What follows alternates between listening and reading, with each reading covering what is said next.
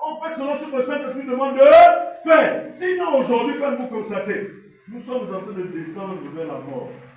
Quand l'Église sera morte, parce qu'il y a beaucoup de philosophie, parce qu'il y a beaucoup aujourd'hui de prédicateurs, parce qu'il y a beaucoup de docteurs, quand tout ce monde-là mourra, quand la foi va mourir, Dieu va faire germer quelque chose. Amen. La vie, le réveil spirituel, il n'y a pas de calcul. Ce n'est pas une prière. Je ne suis pas le premier à le dire. C'est vrai que l'Esprit, dans la nuit, m'a parlé. Mais ce n'est que sur les choses que je vous dis d'habitude et que j'ai lu d'autres prédicateurs. Vous voyez,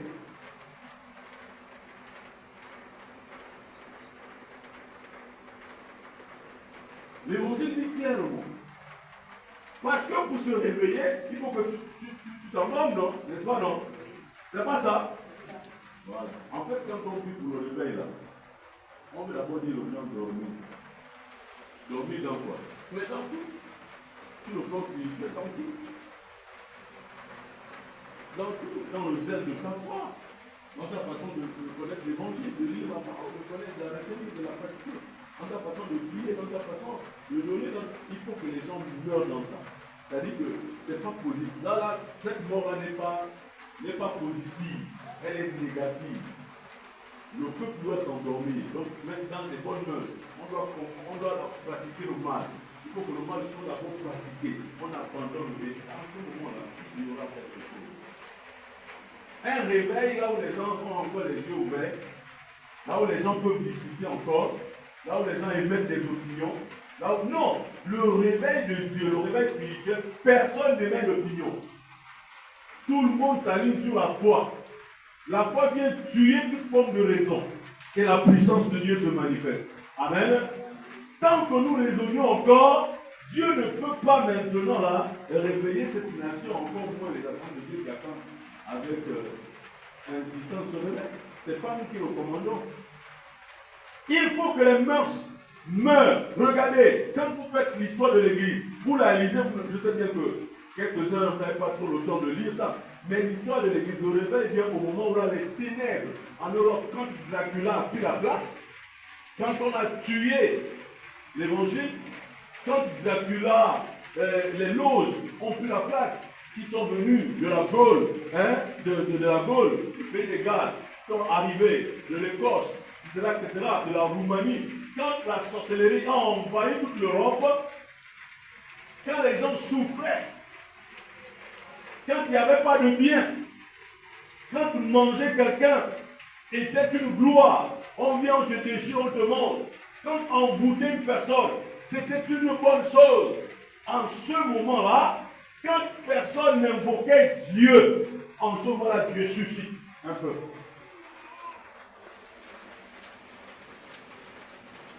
Amen. Mais quand on fait encore nous à peu près à les bricoles là, on peut venir à l'église, on peut essayer de payer notre vie un peu, on peut jongler entre le péché et la vie de sainteté, on fait tout ça. Dieu nous regarde. Quand l'extrémisme de la tradition montera, au point qu'on n'aura plus de voir, parce que le réveil, ce n'est pas pour les humains. Est-ce que Dieu a déjà partagé sa gloire avec quelqu'un? Dieu ne partage pas sa gloire avec les autres. Pour que tu te réveilles, il faut qu'on constate que soit tu es bien mort ou soit tu es bien endormi. C'est pas ça? Dites-moi un peu. Vous faites comment pour prier quand vous êtes endormi? Il y a deux choses. Soit on prie avant, soit on prie après. Avant, c'est que le Seigneur garde un bon sommeil, non? Et quand tu te réveilles, tu dis merci parce que tu m'as gardé dans le sommeil, non? Voilà. C'est là où intervient la foi sélective.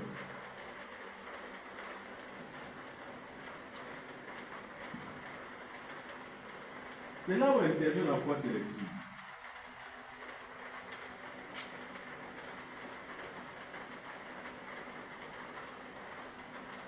Ce n'est pas seulement celle du mouvement. Hein? Celle du mouvement. Celle qui suit les gens, hein, avec les feuilles de requin de deuil. Celle qui suit les gens avec la chorale de Tsapa Maoti. Celle qui suit les gens, hein, parce que les spécialistes funéraires dans le Gabon, c'est cette chorale-là. Ils ne parlent jamais de Jésus. Mais quand quelqu'un est mort, ils sont là. Jusqu'au matin. Hein? Presque tout le monde est devenu ici à cause de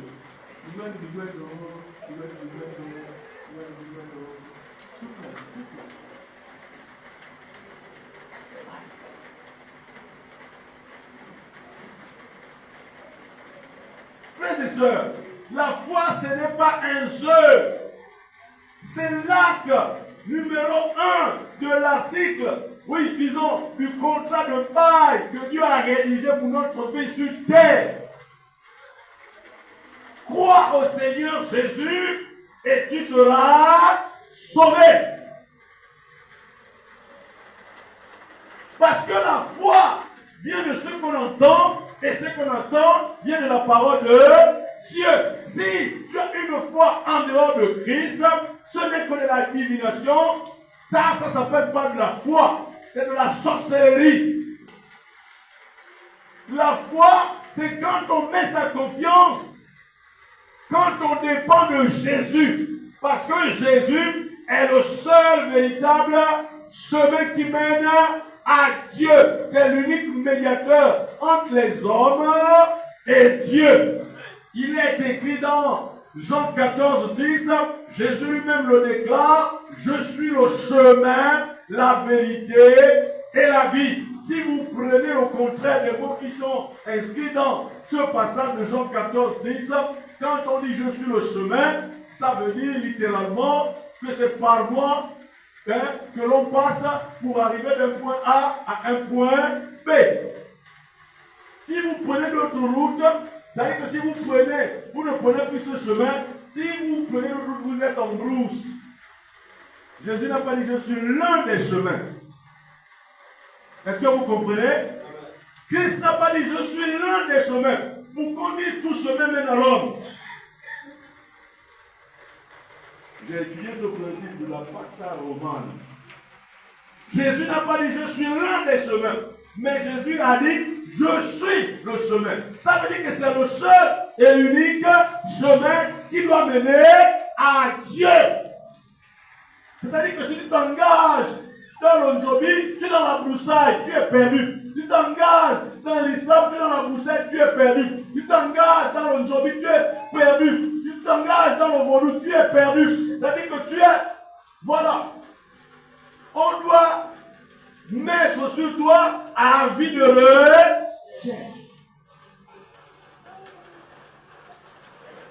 Si tu prends, il n'y a qu'un seul chemin. Les autres, on n'appelle pas ça chemin. Ce sont des déroutes. Tu as été dérouté à un moment donné pendant que tu marchais avec Christ. Une épreuve. Sachez qu'une épreuve, ce n'est pas le diable qui met les gens dans les épreuves. Est-ce que vous m'entendez? Je réitère ça. Ce n'est pas pour qui je priais un jour ici. Que l'épreuve ne vient pas de Satan. Non. Ce n'est pas ce que dit la Bible. L'épreuve ne vient pas du diable. Les épreuves viennent de Dieu. Mais pourquoi y a-t-il les épreuves? J'avais déjà dit ça ici. Que les épreuves sont comme des tests pour nous amener à des marches. C'est le test de graduation.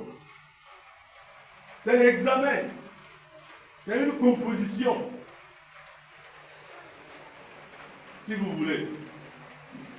Mais ce n'est pas Satan. Non. Satan se sert de l'épreuve pour nous détourner.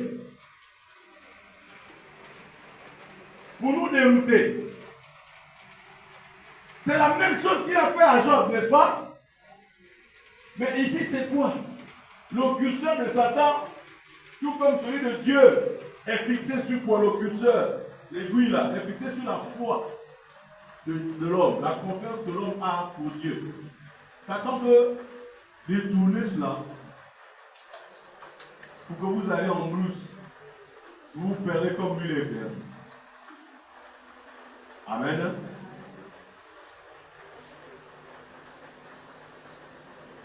C'est cela. Jésus n'a pas dit qu'il y a plusieurs chemins, bien-aimés. Il a déclaré cette puissante parole à toute âme et conscience, sachant que ce qu'il dit est vrai sur le plan spirituel que sur le plan matériel. Parce que tout pouvoir lui a été donné dans les cieux et sur la terre. Maintenant, la question que je dois nous poser ce matin, c'est celle-ci. Pourquoi la foi en Christ constitue-t-elle une menace réelle pour le monde des ténèbres, donc Satan et ses démons? C'est une question. Quand c'est une question, ça demande une réflexion. Et la réflexion, elle peut être individuelle ou collective. Pourquoi ta foi est tellement... Pourquoi ta foi constitue une menace pour Satan? Si bien entendu, tu as la foi. Parce que c'est une question fondamentale. Jésus a dit, quand je reviendrai, trouverai-je encore de la foi? Parce que la foi est le chapitre numéro 1 de la charte que Dieu nous a donnée pour survivre sur cette terre. Parce que la Bible dit, c'est de notre foi que nous triomphons du monde.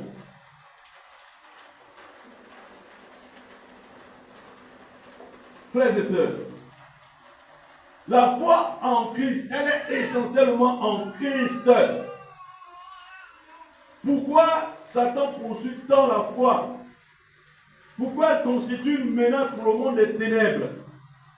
Mais c'est simple. La première réponse est simple. La foi en Christ restaure la relation avec Dieu.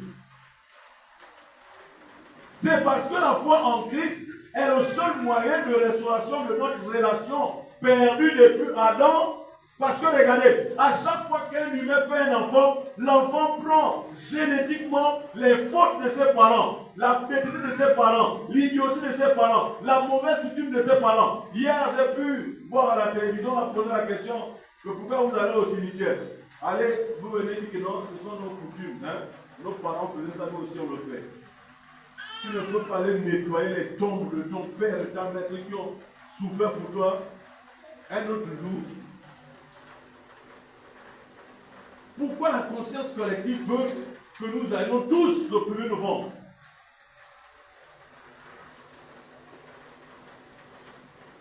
Ils ne vous donneront jamais une explication plausible. En ce moment-là, le curseur de l'intelligence ou de l'intelligentsia même, des gens qui se disent intellectuels dans ce pays se ferme. Ça se coince.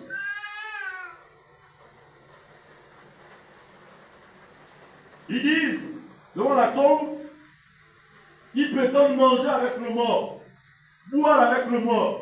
Mais vraiment, ça c'est quelle bêteté. J'aime parler de votre chocolat de bonbons. L'homme le plus instruit du Gabon, dit-on. Est-ce qu'il a élucidé cette question?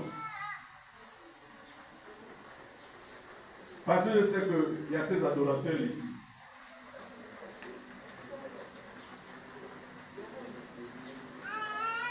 Est-ce réel que quand quelqu'un est mort, quelques gouttes de liqueur sur sa tombe suffiraient pour le faire boire et manger? Et c'est ça la coutume, on doit repartir là-bas.